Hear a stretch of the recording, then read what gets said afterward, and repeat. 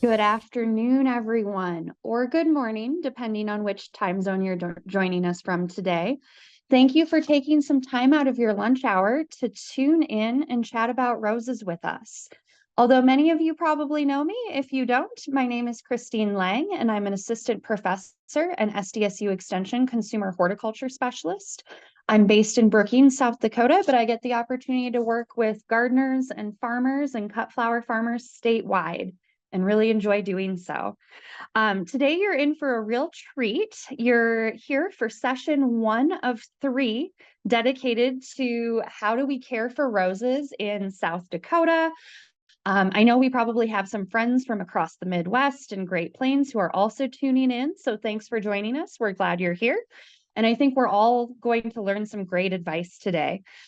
Joining me today are 2 wonderful individuals from McCrory Gardens. We have Chris Schlenker, who is the McCrory Gardens Director of Horticulture and Grounds and has 10 plus years of experience working in horticulture and specifically working with McCrory Gardens. And joining Chris today, we have Sydney Trio, who is the McCrory Gardens Education Coordinator and an Extension Horticulture Assistant. And Sydney, while newer to her role, has several years of hands-on experience as well. Both Chris and Sydney are horticulture graduates from South Dakota State University, so we are thrilled that they stayed with us and do such a wonderful job at McCrory Gardens. And today they're going to be helping us answer the questions about, what do we do with our roses? When's the best time to prune them? How do we maintain and handle roses? And, some of us deal with the challenges and frustrations of growing roses in South Dakota, and Chris and Sydney are going to give us really great hands-on advice for that today. I can guarantee that there are going to be gorgeous photos and a lot to learn today. You may have noticed as attendees of this webinar that your camera is muted at all times. You're not on camera, so feel free to relax, or your microphone is muted. Your camera is not on, so feel free to relax and enjoy your lunch while you listen to us. The chat is disabled for attendees, but do watch the chat as we'll be sharing out some resource links and follow-up. But if you have questions for us, and we encourage lots and lots of questions, please put those in the Q&A, which can be accessed at the bottom of your screen, whether you're on a laptop, a tablet, or your phone. So know that as Chris and Sydney are presenting, that they're going to go through their materials first, but they are going to allow plenty of time for Q&A at the end and address as many questions as they can. This session is being recorded and will be posted after the fact on the SDSU Extension YouTube channel. So if you'd like to follow up or share with your friends and coworkers, you'll have an opportunity to do that. So without further ado, I'd love to turn it over to Chris and Sydney to talk to us about rose basics, the history, growing, and pruning of roses in South Dakota. Thank you, Sydney and Chris. Yes, thanks for having us. I'll get my screen shared.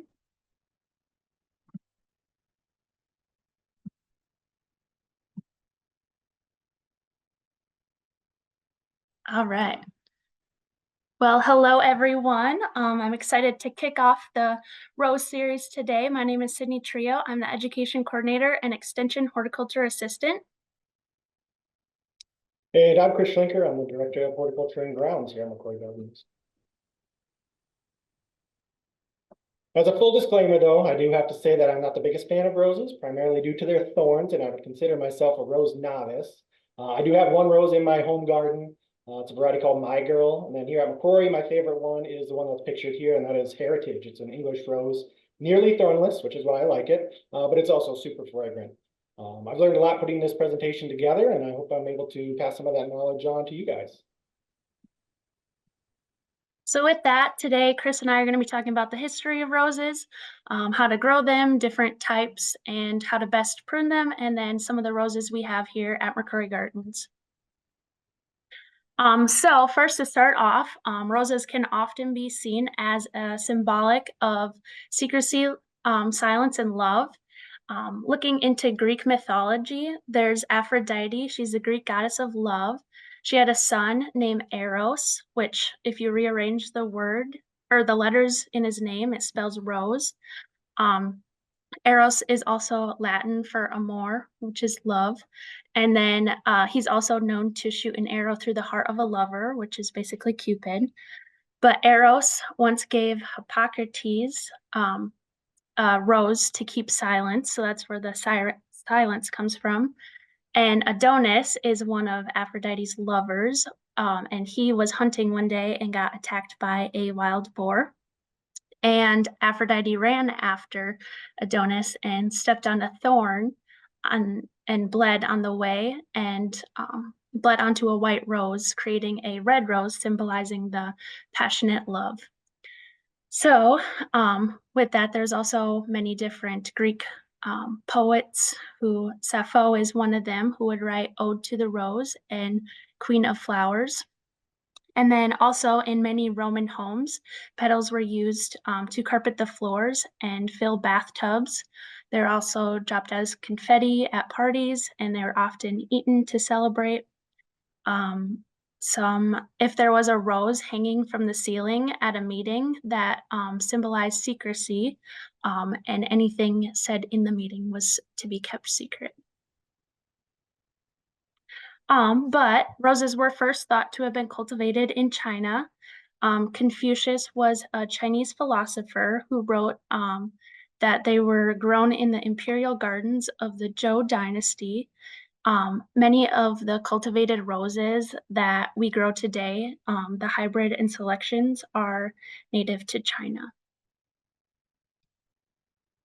There was even a war of roses. They didn't fight for the roses, but they were used as a symbol. You had the House of Lancaster and the House of York, and they were cousins fighting over the English throne. And in the end, neither of them ended up winning, but they combined their roses together. And that's often a symbol you would see back in that era. You also, in the late 1700s, rose breeding was revolutionized when they introduced Europe to Rosa chianensis. The Chinese roses were able to bloom repeatedly, while the European roses only bloomed for a short period once a year. Asia also brought over different flower colors like yellow. And then by the late 19th century, many of the colors with repeated bloomings were created. And shortly after, the hybrid tea rose became the most widely grown type of rose and is still the most popular rose in the world today. The person who kind of bred them when they bred it, it reminded them of a cup of China tea, and that's how they got the name tea rose. And then they eventually bred them with more and more different kinds, and then you'd eventually get your like Floribunda and Grandiflora kinds. Looking a little bit closer in the US, in 1699, William Penn was an English writer. Even though there was many different wild species of roses already growing in the US, William Penn brought in 18 rose bushes from England. And then just throughout history, there's been many different famous presidents who would have their rose gardens, like George Washington and Thomas Jefferson, but John Adams is actually credited for having the first roses at the White House. And then in 1986, Ronald Reagan signed to have the rose become the national flower of the United States. Looking even closer to home, we have Ennie Hansen. He was the USDA's first plant explorer, and he went over to Russia and China and bred the plants with American varieties. He had over 420 different plant introductions. Some of his most famous ones were crested wheatgrass, Cossack alfalfa, and Dogo crabapple. But of those 420 plants, about 30 of them were roses. He did a lot of those experiments at the Ag Experiment Station. It would have been South Dakota State College at the time. But he was known as an important rose hybridizer of the 20th century, especially for the Midwest, making them cold hardy for our area. And we actually have a rose garden at McCrory with some of his roses and other different plant introductions he introduced. I have two of them on this slide. First one is the Lillian Gibson rose, which was actually named after former President Pugsley's wife. So that's what this one is here. And then lastly is the Alika rose. It's said to be hardy and disease resistant. And in 1956, it got the American Rose Society's Gold Medal, which is one of the most prestigious awards in the rose world. And then it is often used in many paintings and poems. So with that, I'll hand it over to Chris. Thank you, Sydney. When we look at the genetic history of roses, it's interesting to note that out of the 320 plus species of roses, relatively few make up the present day garden roses. The principal parents are the 8 that you see there on the left-hand side of the screen, with significant subgroups derived from those that are located on the right side of the screen.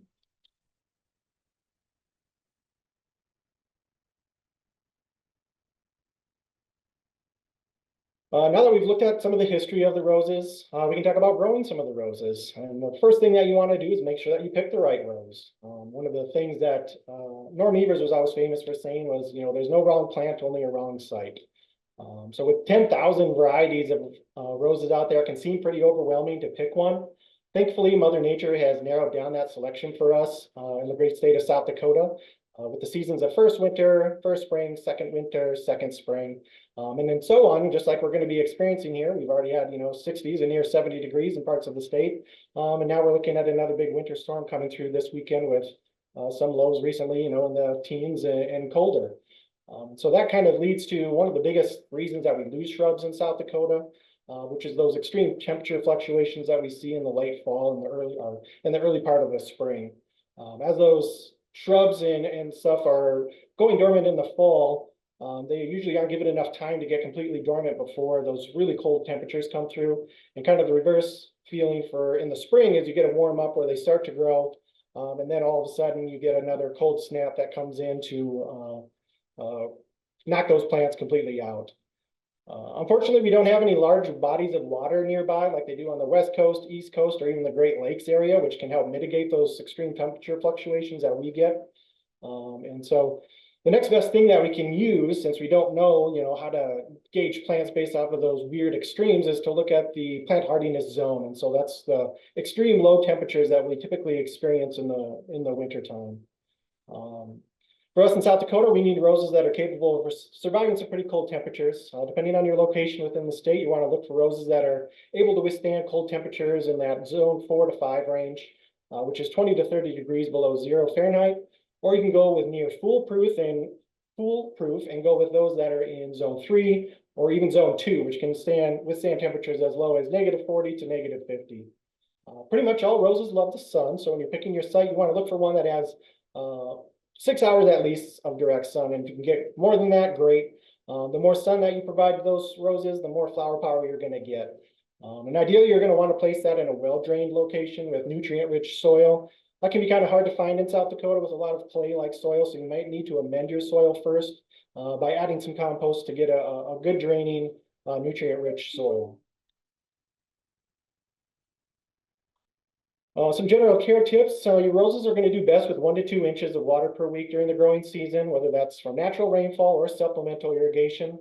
New roses will need more water, while established roses are going to need less. If able, water near the base of the plant to avoid the spread in any indices of fungal disease. Fertilizing your roses can also help you achieve maximum flower power, which is recommended once at the beginning of the growing season and again after that first bloom cycle completes. Overwintering roses can be accomplished a number of ways. At McCrory Gardens here in Brookings, South Dakota, we want to showcase how plants will grow and survive upon receiving basic care, so homeowners can come and see, if I plant this, how's it going to do? So we don't provide a whole lot of overwintering methods. We figure if it can't make it here, we don't want it.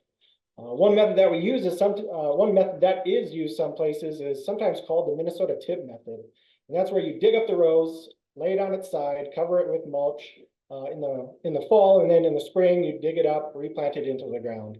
That sounds like a lot of work to me. So we don't utilize that method.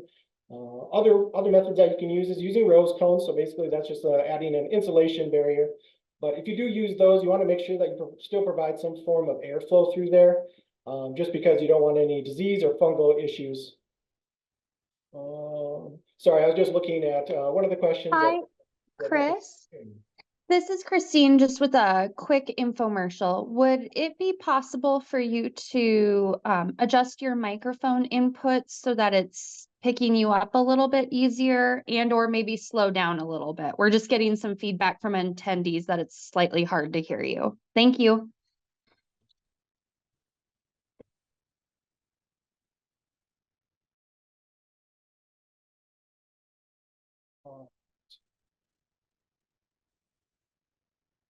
I'm going to test that level, see if that's any better. Zoom was automatically adjusting my microphone volume, so I must have thought that that's the volume that it needed to be. So hopefully you can hear me a little bit better. I apologize if I'm speaking a little too fast. It just, there's a lot of funny information to go through. All right. Yep. And I think if you just stick close to that mic, hopefully we'll be okay. And I will let folks know that closed captioning is also on, and there is an option to enable captions if that's helpful. All right. Back to you, Chris. Yeah, no problem. So on those rose cones, if you do use those, I was mentioning, make sure you have some airflow ability in those, because you don't want to trap in some humid moisture. That's just going to result in additional disease and fungal kind of issues.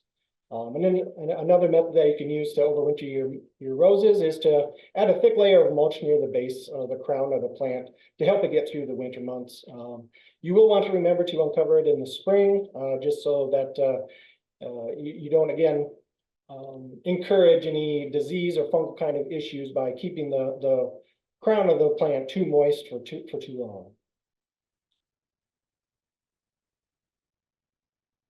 Now that we have our limiting factor in the back of our mind to keep us grounded and some general tips for growing roses, the next thing to consider is the type of rose that you're going to want to grow. There are three main categories. You have your old garden roses, also known as historic, heirloom, or antique varieties, which have been around since before 1867. They typically bloom only once per season, but offer notably strong fragrance and are time-tested by being hardy with strong disease resistance. Then there's wild roses, which usually have kind of an open 5-petal face and are usually pink in color and offer a nice mild fragrance. There are a few species that can even be found naturally living here across the state, such as the prairie rose, smooth rose, prickly rose, and the woods rose. And then we have modern garden roses, which are the ones you're most likely to find at your local garden center and find in your home garden. These are the result of that cross-breeding and hybridization over the last 150 years. While the continuous bloom and larger bloom size are very striking, are very striking, modern roses typically lack that fragrance and are less disease resistant and hardy as compared to old garden roses. Within these three main categories listed are a countless variety of roses. Next, we're going to look at some of the more common ones that you're going to find, along with their benefits and their unique blooming features. So the first one we're going to talk about is hybrid teas, and those are popular, are probably the most popular rose, and for a very good reason. They're very popular as cut flowers. The hybrid teas offer long stems decorated with single pointed buds that open to ornate blooms in cycles sporting anywhere from 30 to 50 petals each. These are your typical Valentine's Day type roses, with thousands of hybrid varieties available, ranging in heights from 3 to 8 feet, many of which are hardy to zone 4. Color options are abundant, with new varieties consistently coming onto the market. They can have a light to strong fragrance, but are a little fussy and can be more susceptible to disease and winter damage than other types of roses. Often thought of as a subgroup of hybrid teas, roses with floribunda features, grandiflora roses present elegant blooms like hybrid teas with the growth cycle of floribunda. So they have large repeating blooms and a range of colors of like orange, pink, purple, red, white, and yellow. They sit atop shorter stems, and they can often have a very nice fragrance as well. Floribunda roses are another favorite rose class, sporting large clusters of flowers that are much longer than the that last much longer than the 6 to 7 week cycle of hybrid teas or the grandiflora types. These roses are a cross between polyantha and hybrid teas, combining hardiness, free flowering, and showy fragrant blooms. They're easier to care for and offer a near hands-free experience. Similar to Floribunda, polyantha roses are shorter with smaller blooms. They're a good choice for edgings and hedges or small garden spaces or even in containers. They're covered in clusters of small blooms from spring to fall and are low maintenance with great disease resistance. They tend to be in the more zone 5 and 6 category, but there are varieties listed out there that are hardy to zone 4. Well, not really a class of its own, but rather more of a description. Climbing roses can be grandiflora or floribunda. And contrary to the name, the roses don't actually climb, but they're more or less a ramble with canes that can grow anywhere from 3 to 20 feet long. And they usually require training. You'll get more blooms, which climbing roses are typically repeat bloomers by growing horizontally rather than vertically. You can get a range of colors. They're often scented as well, and they do provide, some varieties out there do provide pretty good disease resistance. William Baffin, the one that's kind of showcased there, is one that we have in our terrace gardens. Again, it's one of those love-hate relationships that I have with roses. You know, they do well for a couple of years, it seems like, and then they're just like, okay, this is South Dakota. I don't think I should be here, and then they kind of peter out a little bit. Next, we have miniature and mini flora roses. They're a form of grandiflora or hybrid tea. They're compact and short plants. The miniatures typically only reach in that 15 to 30 inch range, and the mini floras offer that medium-sized bloom similar to Floribunda. These are great for a container. You know, typically with container ones, you'll want to bring those in to overwinter those, so that way they aren't going through quite as much of the dramatic frost thaw type cycles that we experience. Shrub roses have several subcategories, but tend to be anywhere from 5 to 15 feet tall and wide, which really has them leading into the term shrub. These roses produce bountiful clusters and are fairly common in South Dakota due to their cold hardiness and ability to withstand our harsh winters. Campfire is one of my personal favorites that I got pictured there, just because you get that multicolor effect from them. They kind of open up as that yellow, and as they mature, they kind of turn into that more of that bright pink and the fuchsia kind of colors. Another great rose variety or category kind of is the landscape roses. They're better known as ground cover roses, which are bred to be low maintenance and offer lovely fragrance via continuous flowering of vibrant colors over graceful forms. They're best used as a filler in the landscape. These roses typically don't get more than 3 feet tall, and they offer strong disease and pest resistance. So they're perfect for beginners or gardeners with difficult spots where you just want to have a flush of color and still have that rose element in your garden. Elba roses are a hybrid dating back to 100 AD. So these are an older variety of roses, and they're notable for offering tall, graceful forms with kind of a blue-green foliage. Now, they only bloom once around late spring or early summer, but they do have shades of pink to white. And these roses are some of the hardiest as well. As you can see, they can survive down to zone 2. So this would be another one to put in wherever you would really want, and it should make it through our winters. Next, we have bourbon, which, you know, the zones is kind of in that 5 to 9. So it's kind of one of those that you would have to baby a little bit if you do plant it here in South Dakota. They're thought to be a cross between China and Damask roses. Bourbon roses were first introduced in France in about 1817, and they originated on the Isle of Bourbon, which is actually now called Reunion Island, which is near Madagascar. These roses offer repeated blooms in shades of red, pink, and white, and are often grown as climbers. While not as strong as the drink, the fragrance is quite heady, I'm told. Also known as cabbage roses, centifolia have thin petals that tightly overlap, resembling a head of cabbage. At first, when you see that image, you almost think it looks like a peony blossom just starting to open up. And so these have also been labeled as Provence roses, which are named after the area of France where they were once grown. It's a complex hybrid believed to have derived from Gallica and Damask type parents. Often their blooms, which come once a year in shades of pink and white, are so large that they weigh down the stem and droop. But due to its exceptionally lovely scent, this variety is often used as essential oil in perfumes and fragrances. Oh, and there's one of my favorites. And so English roses, so there's hundreds of varieties to choose from. with about 25 or so that are really best suited for the zone 4 to 5 kind of area.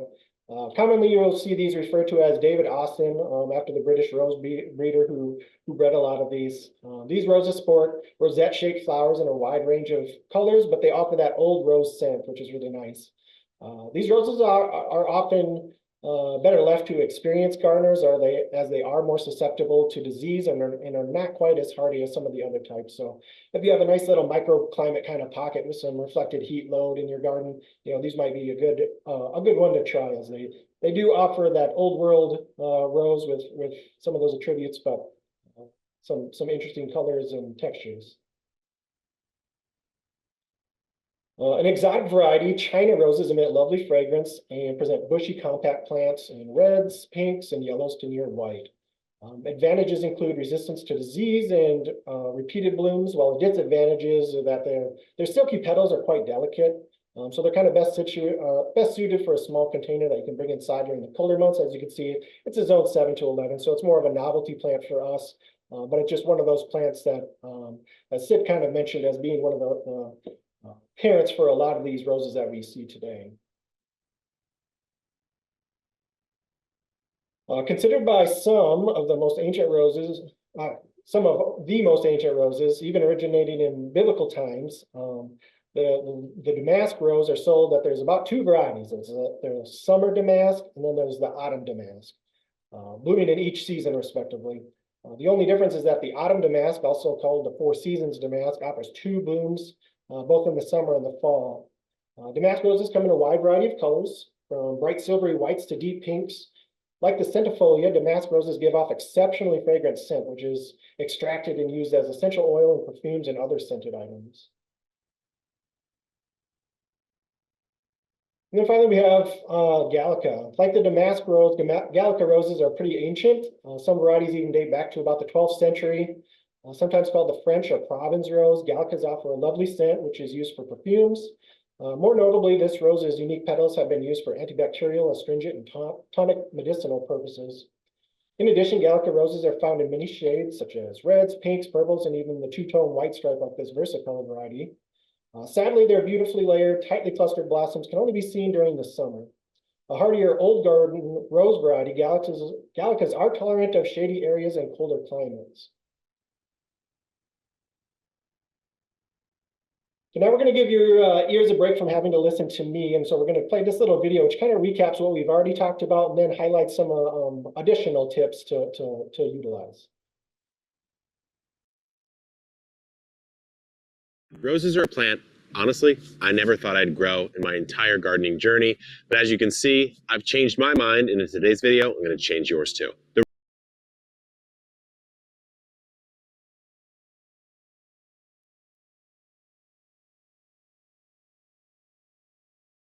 All right, now that we've watched that little clip there, let's talk some more about some general tips regarding pruning of those roses.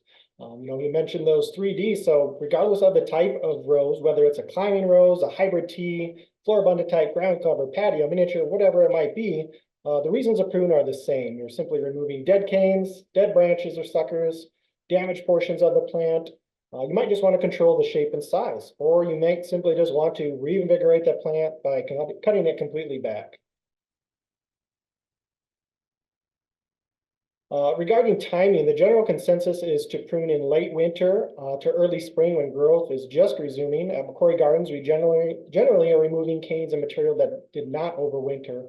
Although, like most of you probably experienced, the rabbits usually do a pretty good job of keeping the roses in check. We try to wait until the roses have started to wake up and those buds have really started to swell and break out with new growth. This often doesn't happen until May when our seasonal staff joins us. Those pictures show a group of 4-H kids that had come out to volunteer one time, and we're showing them how to prune the roses. But you can see even some were already starting to flower by the time that we got to them. It's often the first task that we have our crew complete, as hopefully it becomes pretty obvious for our novice staff to be able to tell where to make that cut. And if you're pruning to control the form or the shape, the same time frame applies, but it can be completed even earlier in the season.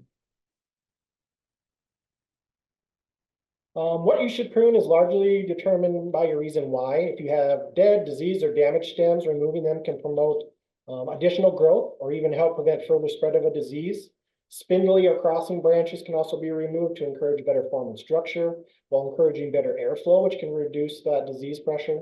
And unless you desire a patch of roses to develop from, say, like a wild or native type of rose, removing those suckers is advised as well. Oftentimes, roses are grafted to hardy rootstock, which from time to time can send up additional stems, especially if the grafted top portion of the rose dies. This is often the answer to the question or comments we receive about roses changing color between years. It's just simply that the top had died and the rootstock had come back, and so you get a different rose than what you bought. When pruning for shape or size, you generally want to follow that 1/3 rule of not removing more than 1/3 of the plant mass. This can be completed by removing 1/3 of the stems, usually focused on the largest or oldest of the stems, and or removing 1/3 of the stem height. An exception is when you simply need to reinvigorate that rose and you want to start fresh by cutting the stem as low as you can. Pruning cuts should be made about 1/4 inch above that active bud that you're wanting to grow. You can encourage an open centered shape by encouraging outward facing buds, and those roses that have a spreading habit can be pruned to include inward facing buds to encourage upright growth. Cuts should be made as clean as possible by using sharp and properly adjusted tools. Dipping your tools into alcohol between cuts will also help prevent spreading any disease as well. The cut should be angled away from the bud to encourage water not to collect on the bud, which can lead to disease issues.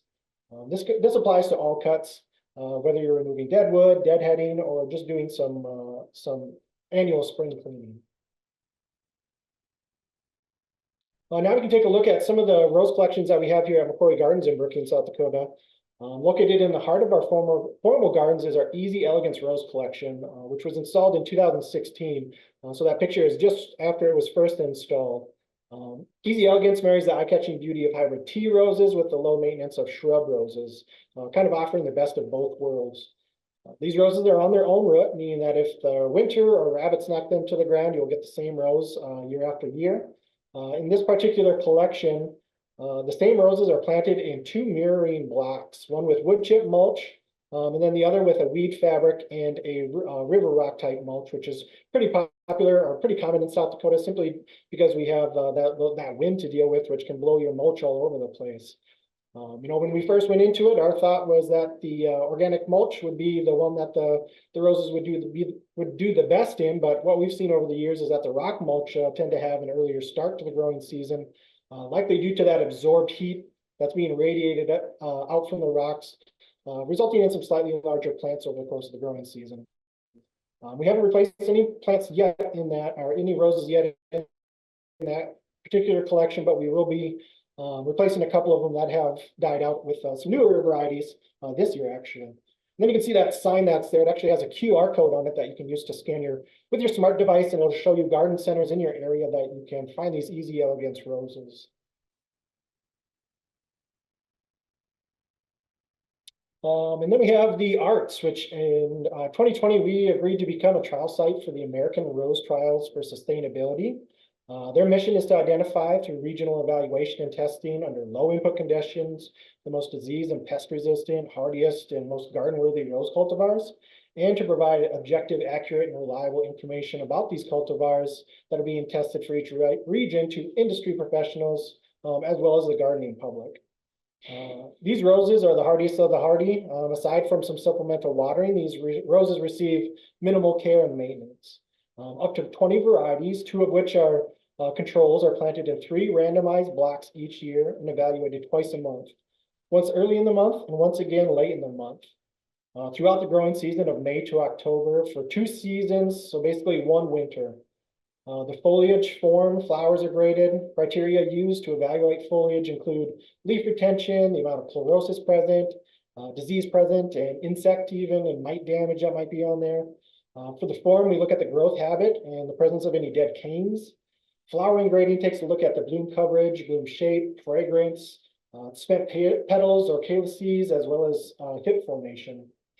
Results from this trial are beginning to gain some national attention, and we hope to highlight the winners in a reinvented rose collection in our arboretum this summer. You can learn more about the program and the results by visiting trustedroses.com. And with that, I would like to thank you all and open it up to hopefully answering any questions as best as we can. As I mentioned, we're kind of novices and we're learning as we go. But we do have resources out there that we can help hopefully answer any of your questions that might come along.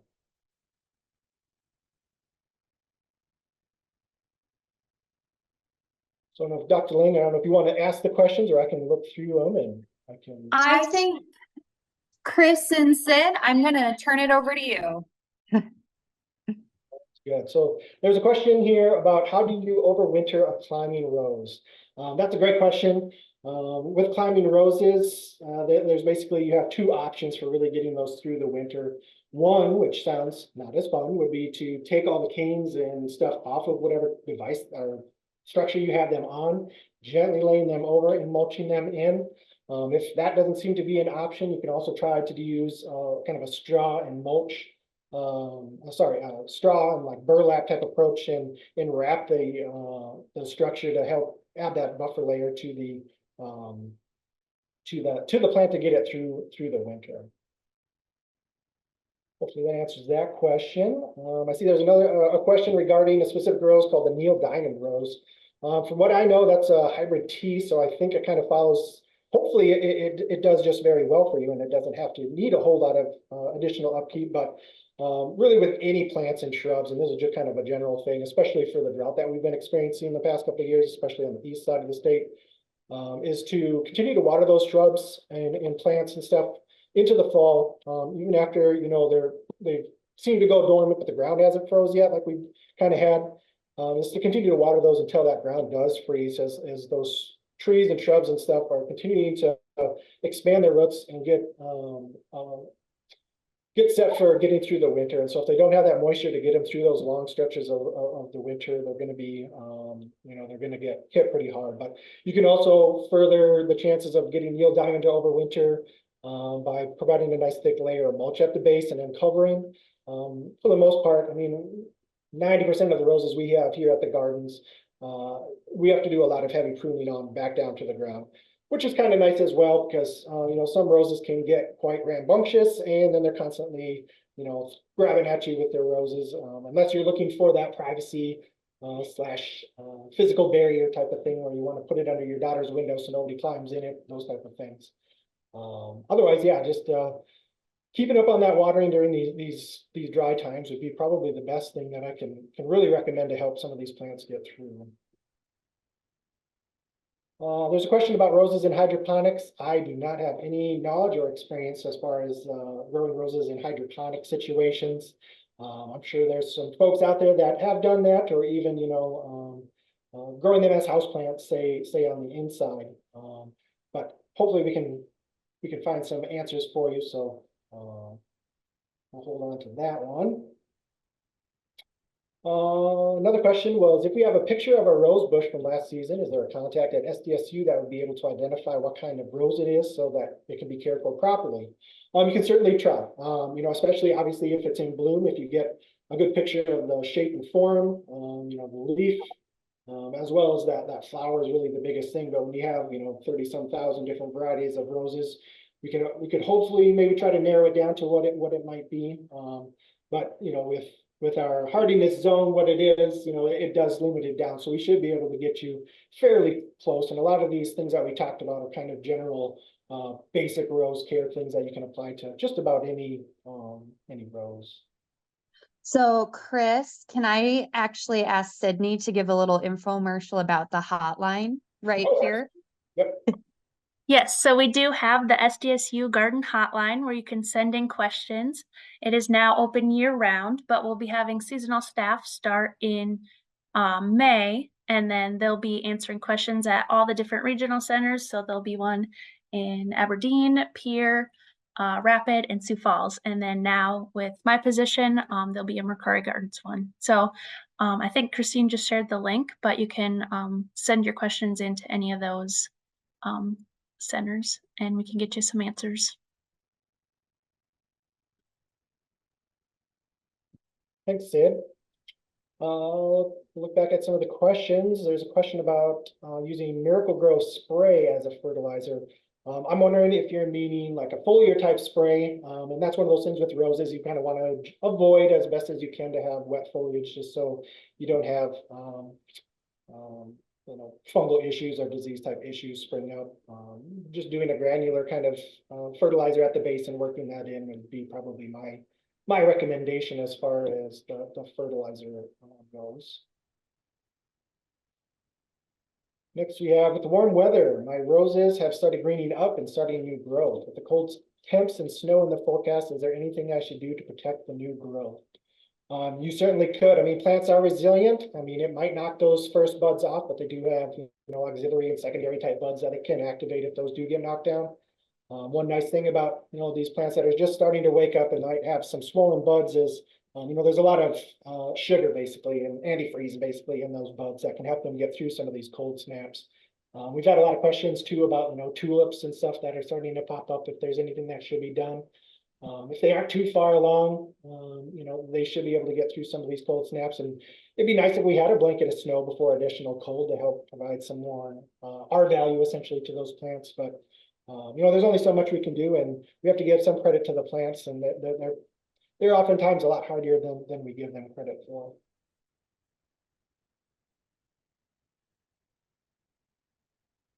Let's see, is there more varieties that have potential to be deer resistant? That is a great question. I don't know of any that have more disease resistance than the other. I guess that would really come down to the trade-off of super thorny type roses versus non-thorny, but I've seen rabbits chew through everything. So if an animal is determined to eat something, I think they're just going to get after it. You could try fencing. We often do that, but then you have years where you have snowbanks that go over top of your fencing, and the animals and everything else can just hop over and have their way with your plants anyway. That's the best advice I could probably give for that particular question. I was going to add, Chris, that a hungry enough deer will pretty much eat anything. We're very hesitant to ever recommend deer proof. Exactly. Let's see, what is the last recommended pruning for the year? Well, I guess that kind of depends on what you're pruning for. Your spring pruning should be your primary one. If you're looking to just get it contained for the winter time months, a little bit, after the leaves have started to turn colors, essentially, I'd say would be a good time to, just so that way your shrub row still has some time to seal off and close those types of wounds to be able to get it through the winter and not have any issues that might take place in that. Could you tell me again the name of the large orange rose from the video, please? That is a great question. I can't think of it offhand, but we could share that link too if you would like. It's just a neat little video that was short enough to cover a lot of the things that we wanted to get across. But I'll make a note here.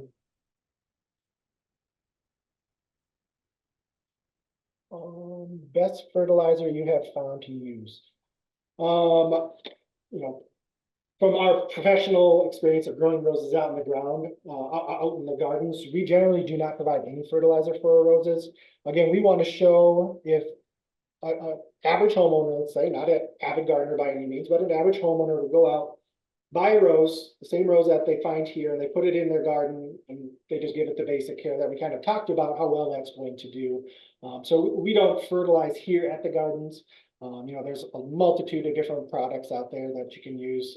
Unfortunately, I don't have any recommendation on the best fertilizer, particularly to use on roses, where maybe Rhoda at Extension might have some ideas on that, or even maybe Dr. Lane. I was gonna, oh. There we go. For rose recommendations, I don't have a specific analysis offhand. You did hear the speaker in the video reference bone meal. You'll find that there are both synthetic and organic sources for roses early in the season when the speaker in the video was talking about higher nitrogen to get started, you would want to look at the first number in your fertilizer analysis, because your analysis on a fertilizer, let's say it's 10, 4, 3, the 10 would be the percent nitrogen. And your analysis is always nitrogen, NPK. So it's nitrogen, phosphorus, potassium. And the phosphorus and potassium are what are then supporting root growth as well as bloom development. So that's where if you look at what is listed as like a rose bloom fertilizer, it's probably going to have a smaller first number and larger second and third numbers. So that's just something to be aware of in general, but there are a wide variety of fertilizer products. My biggest advice is always follow the directions for using that product. And especially if it's a synthetic source, making sure you're not over fertilizing, because if you apply too much fertilizer at one time, you could easily burn your plants. And that's where you'll start to get, a crispy, singed, fried look. And we also don't want to be giving any type of perennial plant a lot of nitrogen fertilizer, I would say the second half of summer, because we don't want those plants continuing to put on a bunch of lush green growth at the expense of growing healthy roots and storing carbohydrates so that they can overwinter. So we don't want to over fertilize our plants too late into the season, or you might actually see them struggling to overwinter. So that's my biggest take home when it comes to fertilizer. Anything else you'd like to add, Sydney or Chris? Good job. All right. Similarly, I'll just jump in really quick with you, Sydney and Chris. So I see that there was a question about the list of best rose varieties recommended for growing in South Dakota. Great question. If you comb our websites right now, you'll notice we're a little short on rose information. So I think Sydney and I have a goal of adding some more rose information to our website. But a good proxy for current information based on current roses on the market is to go to that ARTS website, which I dropped in the chat, and you can see the regional winners. And you'll notice that for the Dakotas, our regions are cut in half, because who knew Western South Dakota is drier than Eastern South Dakota. So you can actually click on your region and see what the local winners have been, which will, maybe help curate a shopping list. And again, those are those rough and tough, low input roses that Chris has been referencing. So that's one of my current best recommendation lists. And the best reputable source to purchase roses, I will say I don't have any experience collecting seeds from roses, and it's important to remember that many of our roses are propagated from cuttings, so they're exact clones based on whatever rose has the prettiest foliage or the best blooms. So saving seeds from those hips would probably be somewhat disappointing unless we know it's an open pollinated heirloom rose. But things on the market, if you're saving seed from those hips, if they even set seed, are going to look drastically different. But I would say local garden centers, places where you can confirm that, yes, this is hardy to zone 3, 4, or 5. I know what type of rose I'm getting. I feel confident that it's labeled appropriately. I always have a soft spot for the local garden centers and the small independent businesses. So Sydney, Chris, other advice there? I think you got it. All right. Sydney, Chris, any parting words of wisdom or advice for our gardeners out there?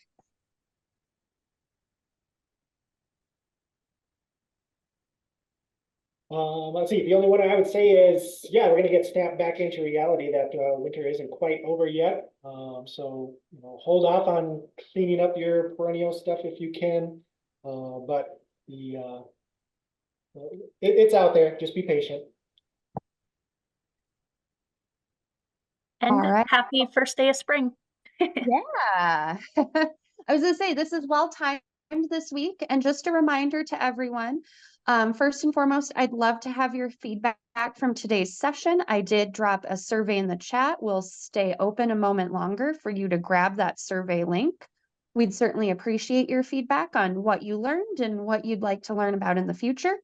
A reminder that you can reach out to the SDSU Extension Garden Hotline, and you'll get to talk to wonderful staff, including Sydney Trio, to get assistance with your gardening questions.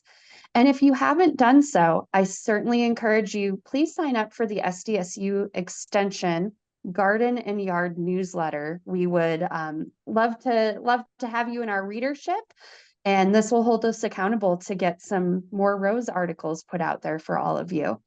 A reminder that we'll be learning about insect and mite pests tomorrow with Dr. Amanda Bachman, and we'll learn all about what rose diseases are present in the South Dakota or in the Dakotas. And we will also learn how to manage those diseases. So there's 2 more days of sessions, and this will be recorded and put on the SDSU Extension YouTube channel. Thank you all so much for tuning in, and have a great afternoon.